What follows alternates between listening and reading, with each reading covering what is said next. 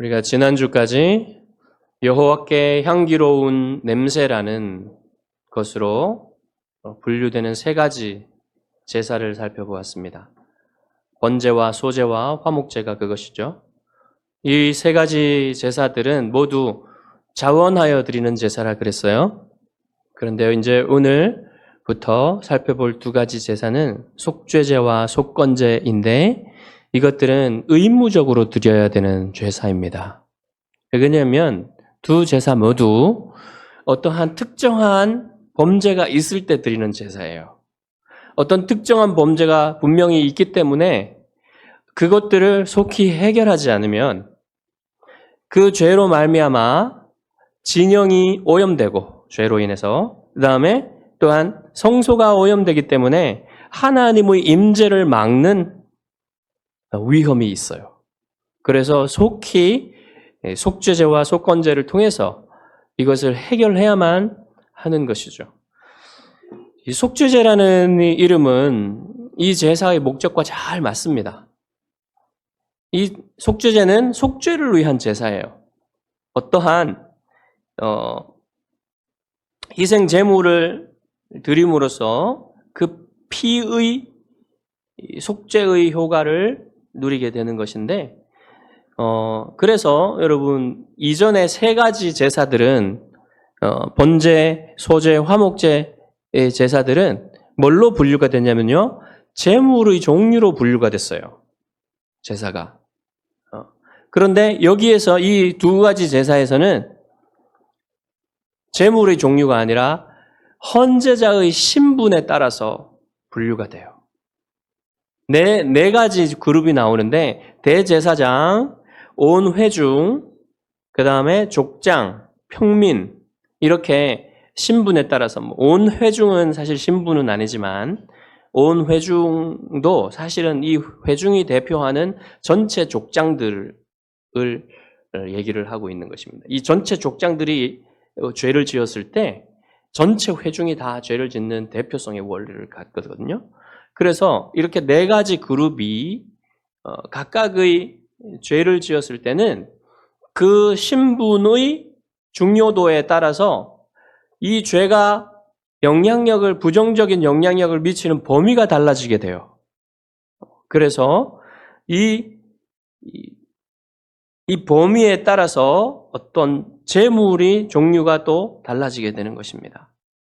헌제자의 신분에 따라서 그 죄가 미치는 영향력이 달라지고 그래서 이 신분에 따라서 다른 제물을 드려야만 하는 거예요. 먼저 대제사장이 범죄하면 숫송아지를 드린다 그랬죠. 그 다음에 온 회중이 범죄해도 숫송아지를 드린다고 했어요.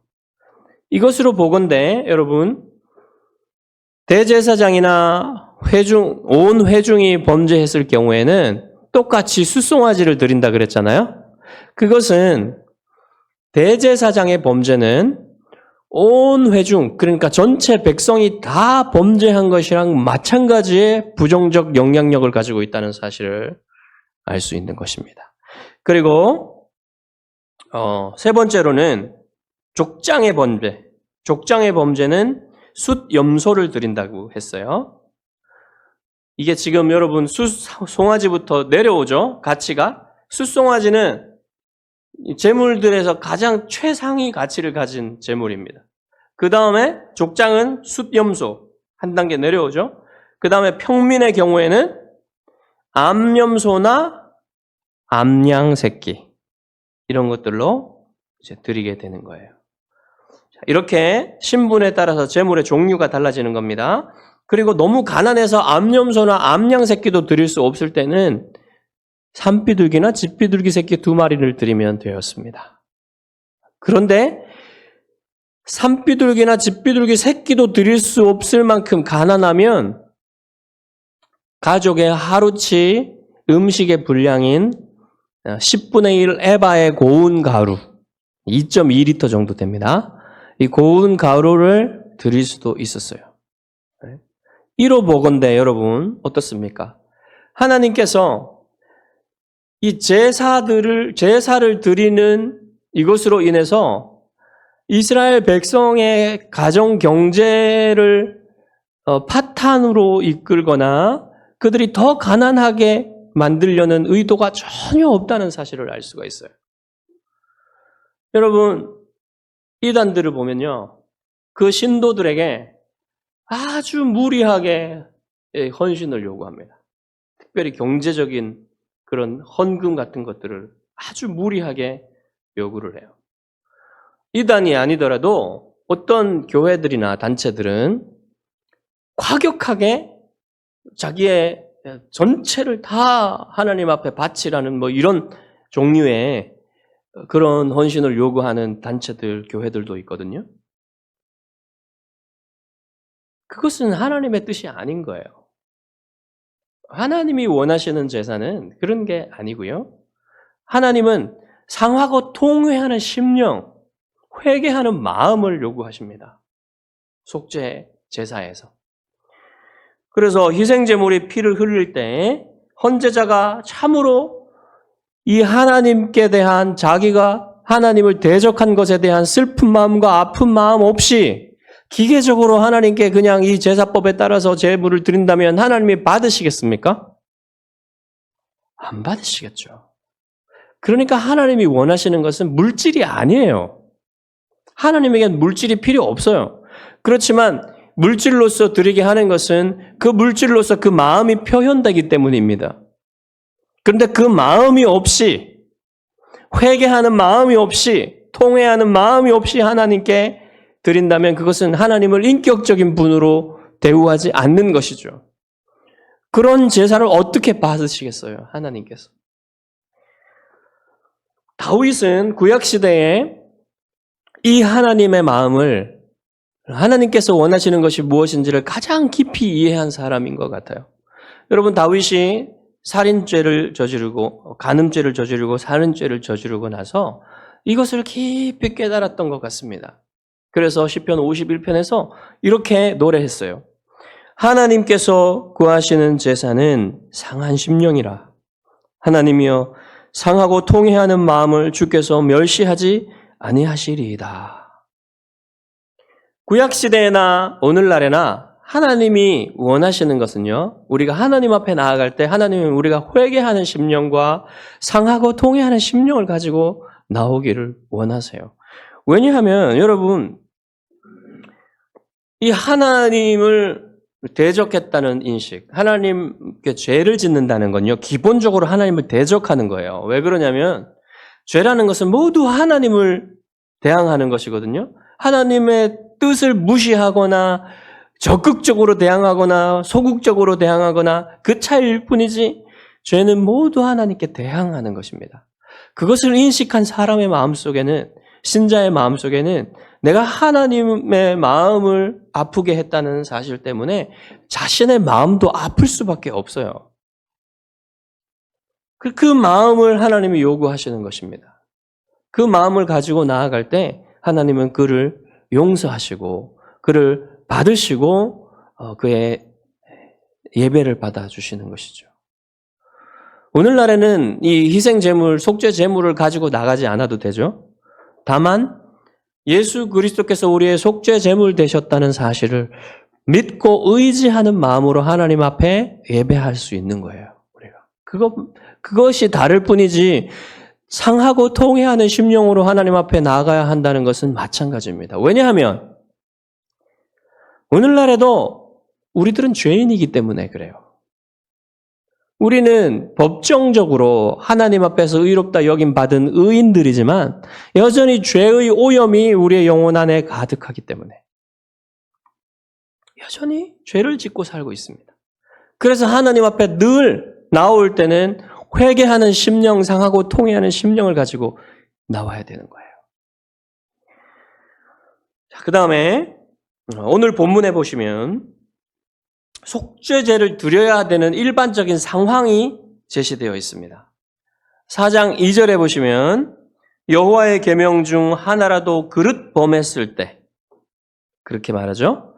그릇 범한다는 것은 부지 중에 범한다는 거예요. 알지 못하고 범했다는 거죠. 그 다음에 5장 1절에서 4절에 보시면 의도적이지 않게 범죄한 4가지 경우를 보여줍니다. 첫 번째는 법정에서 증언을 해야 되는데 증언을 하지 않았을 경우에 그것이 생각날 때, 잊어버렸을 때. 다 이 4가지 모두 다 어떤 자기가 율법을 행하지 못한 것을 잊어버렸던 경우예요.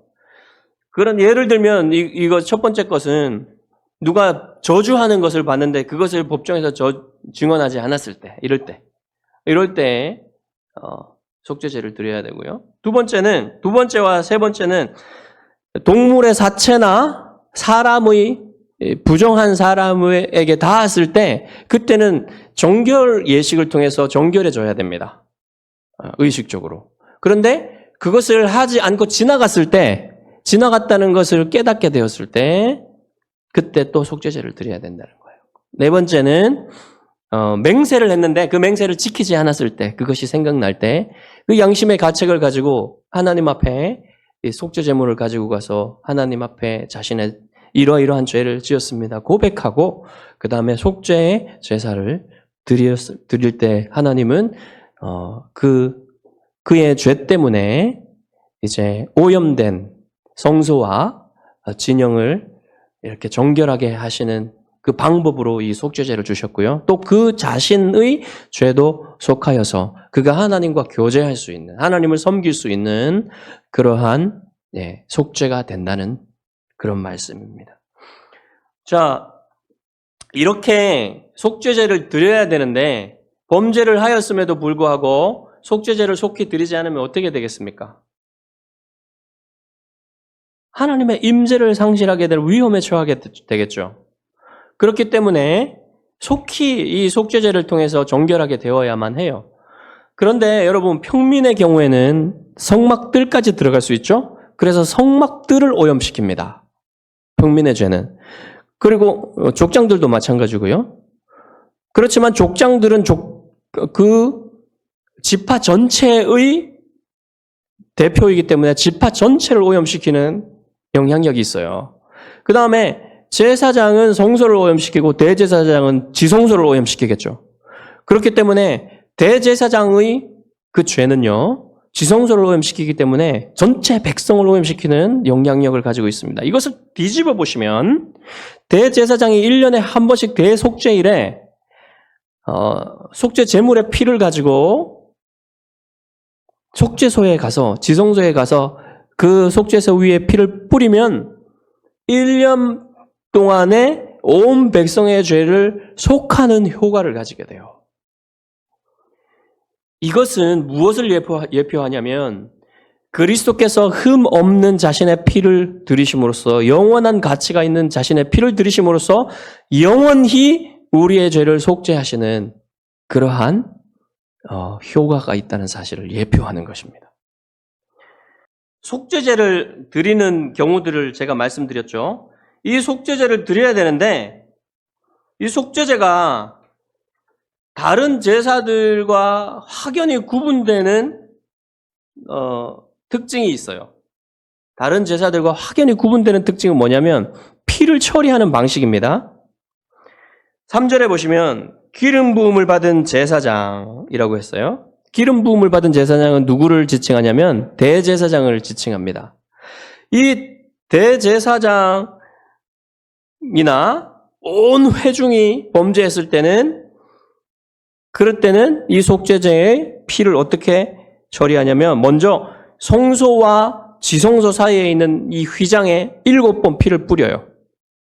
그 다음에 그 앞에 있는 향단 뿔에 피를 바르고 그 다음에 나가서 성막들에 있는 번제단의 뿔에 바르고 번제단 밑에 나머지는 쏟아 붓습니다. 이것이 온 회중과 대제사장이 범죄했을 때의 속죄제의 피의 처리 방식이에요. 그 다음에 족장과 평민의 범죄에 있어서는 또 다른데요. 성소 안으로 피를 가지고 들어가지 않습니다. 단지 성막들에 있는 번제단의 뿔에만 피를 바르고 나머지는 그 번제단 밑에 쏟아 붓습니다. 이 피를 처리하는 방식에 따라서 고기를 처리하는 방식도 달라져요. 대제사장이나 온 회중이 범죄했을 경우에는요, 속죄제에서 고기를 처리하는 방식이 어떠냐면, 그 화목제에서 여러분 중요 부위가 있었죠. 기름 부위랑 내장에 기름이 붙은 부위랑 콩팥 부위랑 그 다음에 간 부위 있잖아요. 그것은 떼어내 가지고 하나님께 태워드립니다. 번제단에서. 근데 그 나머지 모든 것들, 가죽과 모든 것들은 진영 바깥으로 나가면 재버리는 곳이 있는데 그 재버리는 곳에서 그것을 정결한 것이라 그러죠. 곳이라 그러죠. 그곳에서 불태워 버립니다. 그런데 평민이나 족장의 죄에 대한 속죄제에서는 그렇게 하지 않아요. 제사장이 그 나머지 것들을 먹어요. 중요 부위 말고는. 어디서 먹냐면 성막들에서 먹습니다. 이것이 다르죠.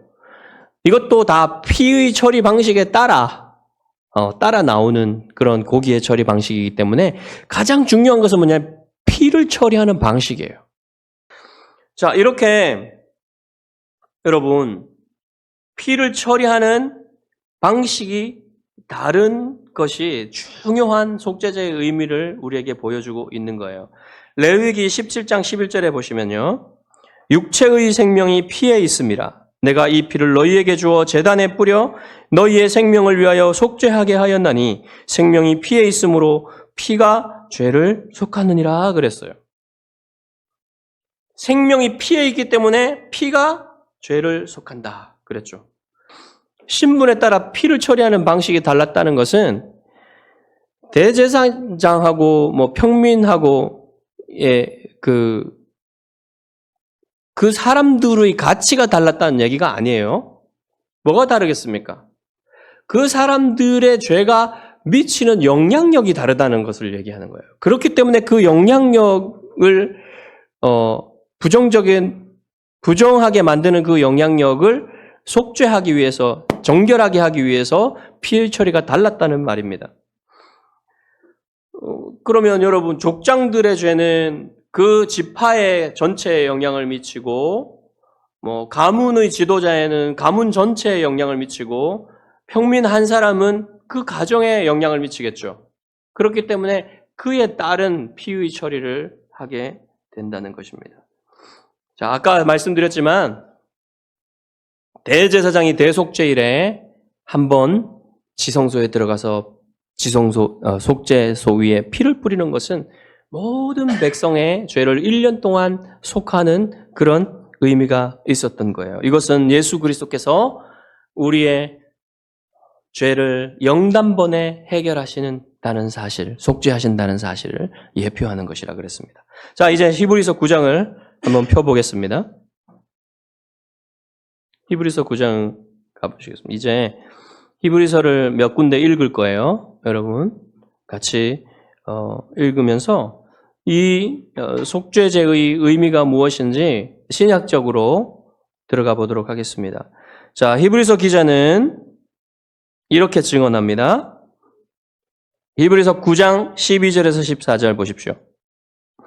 염소와 송아지의 피로 하지 아니하고 오직 자기의 피로 영원한 속죄를 이루사 단번에 성소에 들어가셨느니라. 염소와 황소의 피와 및 암송아지의 죄를 부정한 자에게 뿌려 그 육체를 정결하게 하여 거룩하게 하거든 하물며 영원하신 성령으로 말미암아 흠없는 자기를 하나님께 드린 그리스도의 피가 어찌 너희 양심을 죽은 행실에서 깨끗하게 하고 살아계신 하나님을 섬기게 하지 못하겠느냐. 여러분, 이 속죄제의 피를 성소의 휘장과 향단불에 뿌려서 성소를 오염시킨 그 죄를 속하였다 그랬죠. 네. 그래서 하나님이 임재가 성막에서 떠나시는 것을 막을 수가 있었다면 흠없는 예수 그리스도의 피는 어떻겠습니까? 우리의 속사람을 깨끗게 하는 효과가 있어서 우리가 하나님을 섬길 수 있도록 하는 그런 능력이 있다는 말이죠. 자, 그 다음에 이 그리스도의 속죄의 효과가 우리를 하나님 앞에 죽음의 두려움 없이 담대히 나아가서 예배 드릴 수 있고 교제할 수 있게 하는 그런 효과가 있다는 사실을 히브리서 10장에 가보십시오. 히브리서 10장 19절에서 22절 같이 읽어보겠습니다. 19절에서 22절. 그러므로 형제들아 우리가 예수의 피를 힘입어 성소에 들어갈 담력을 얻었나니 그 길은 우리를 위하여 휘장 가운데로 열어놓으신 새로운 살 길이요 휘장은 곧 그의 육체니라. 또 하나님의 집 다스리는 큰 제사장이 계심에 우리가 마음의 뿌림을 받아 악한 양심으로부터 벗어나고 몸은 맑은 물로 씻음을 받았으니 참 마음과 온전한 마음으로 믿음으로 하나님께 나아가자. 여러분, 예수 그리스도의 속죄의 피가 우리가 하나님께 담대히 나아갈 수 있는 길을 열어주셨다는 사실을 말해주고 있는 것입니다.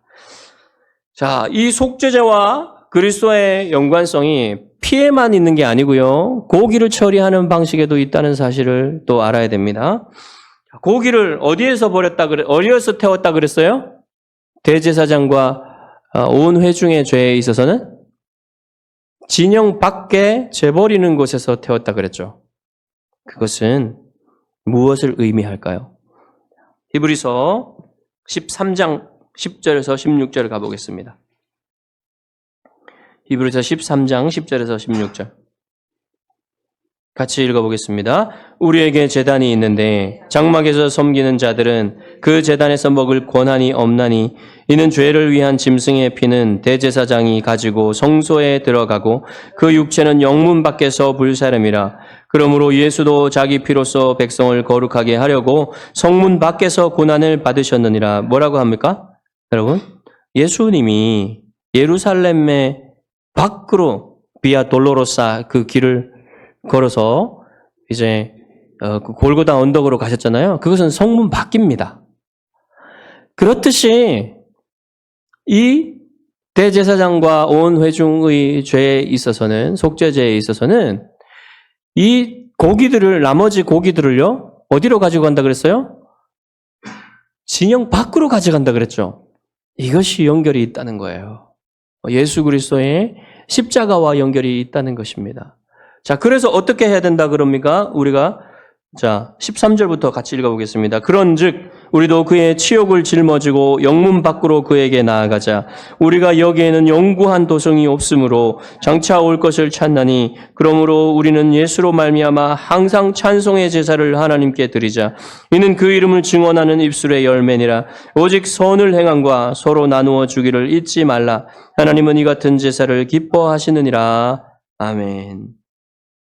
여러분, 우리가 이제 그리스도의 속죄 제물 대심, 이것이 진영 밖에서 고기를 불태운 것과 연결이 있고 이것이 바로 예수 그리스도의 십자가를 예표한다는 사실을 우리가 보았습니다. 그러면 우리는 어떻게 하나님 앞에 지금 우리의 삶을 산제사로 드릴 수 있느냐, 이러한 얘기를 하고 있는 거예요. 뭐라고 합니까? 보십시오.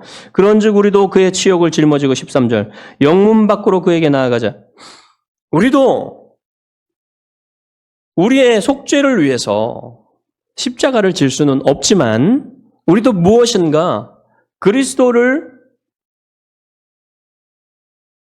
우리도 그의 치욕을 짊어지고 영문 밖으로 그에게 나아가는 일이 필요하다는 거예요. 그리스도의 영광을 위해서. 이것은 다른 말로 하면 그리스도의 고난에 동참하는 것입니다. 우리의 삶도 그리스도의 고난에 동참하는 삶이어야 한다는 사실을 얘기를 해주고 그 다음에 14절에 보시면 우리가 여기에는 영구한 도성이 없으므로 장차 올 것을 찾나니, 이 말이 무슨 말이에요, 여러분? 우리가 이 땅에서 이 땅이 계속될 것을 생각하며 이 땅에서 우리의 영화를 구하지 않고 나그네로서 저 영원한 도성을 바라보며 순례자로서 걸어가는 사람들이라는 사실을 얘기해 주고 있는 겁니다. 자, 그 순례자로서 이 세상을 살아갈 때 우리가 어떻게 살아야 되냐? 15절. 그러므로 우리는 예수로 말미암아 항상 찬송의 제사를 하나님께 드리자. 이는 그 이름을 증언하는 입술의 열매니라. 여러분, 우리가 죄를 지으면 여전히 우리가 하나님 앞에서 죄를 고백해야 돼요. 죄를 고백하는 것은 정말로 기본 중에 기본입니다. 그러나 죄를 고백하는 것으로 우리가 하나님 앞에 기쁨이 될 것이라고 생각하면 안 됩니다, 여러분. 그 죄를 고백하는 것은 하나님과의 교제를 회복하기 위한 가장 기본적인 거예요. 그리고 나서 우리의 삶은 어떻게 살아야 됩니까? 여기에서 뭐라 그래요? 입술의 열매로 찬송을 드려야 된다 그래요. 그 말은 무슨 말입니까? 우리의 마음속에 항상 하나님께 대한 믿음과 감사로 가득 차서 거기에서 나오는 하나님을 향한 찬양으로 우리의 입술의 열매를 드려야 된다는 것이죠. 우리의 마음이 원망과 불평과 또 다른 사람들에 대한 비난 이런 것들로 가득 차 있다면 어떻게 하나님께 우리의 입술로 이 찬양의 열매를 드릴 수 있을까요? 그럴 수가 없는 거예요. 마음이 하나님을 향한 믿음과 감사로 차 있어야 여러분 입술의 열매로 감사와 찬송을 하나님께 드릴 수 있는 거예요. 그 다음에 또 하나님이 기뻐 받으시는 예배는 어떤 것이냐면 16절에 보십시오. 오직 선을 행함과. 여러분 선을 행하는 것이 하나님께 기뻐 받아들여지는 산 제사가 되는 것입니다. 오늘날 그리스도인들은 이 윤리의식이 너무 희박해요. 선을 행해야 된다는 생각이 별로 없어요. 이웃에게 좋은 일을 해야 된다는 생각이 별로 없어요. 단지 도덕을 생각할 때 give and take만 생각합니다. 이만큼 주면 이만큼 돌려주고 이만큼 받으면 이만큼 돌려주고 그것은 좋은 일을 할 때도 마찬가지고요. 악한 일을 할 때도 마찬가지입니다. 네가 이만큼 나한테 줬으니 내가 이만큼 너한테 돌려준다.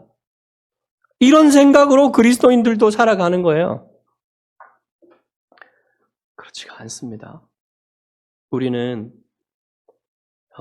우리가 그리스도인이기 때문에 이웃에게 선을 행하는 것이 바로 하나님이 기뻐 받으시는 예배라는 사실을 알아야 돼요.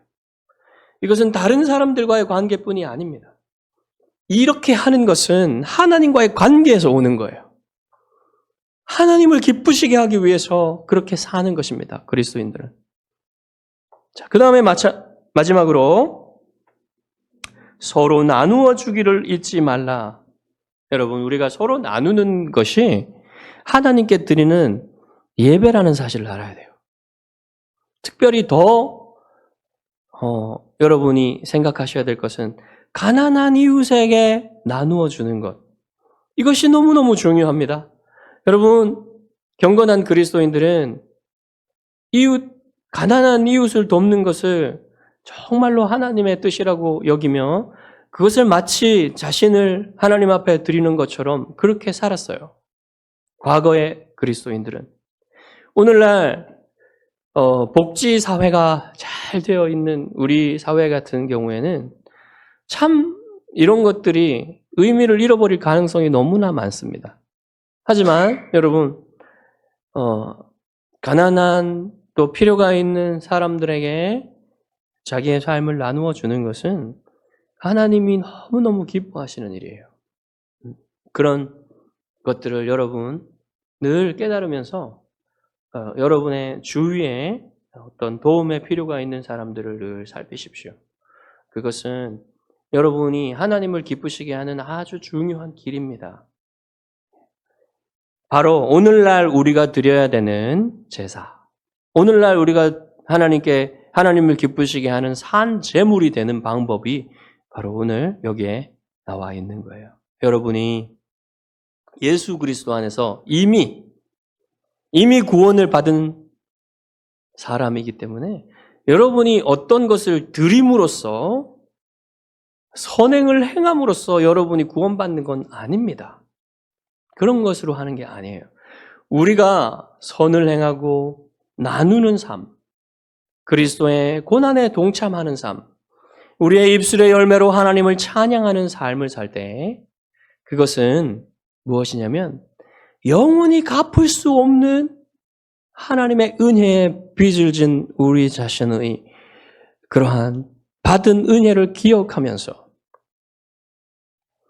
하나님을 기쁘시게 하는 삶으로 드려지기를 기뻐하는 그러한 산 제물로 드리는 삶의 예배를 얘기하는 것입니다. 여러분이 그리스도 안에 있는 은혜 가운데 있는 여러분이 정말 여러분의 삶을 하나님께 드려지는 기뻐하시는 산 제물로 드려지기를 주님의 이름으로 축복합니다. 기도하겠습니다.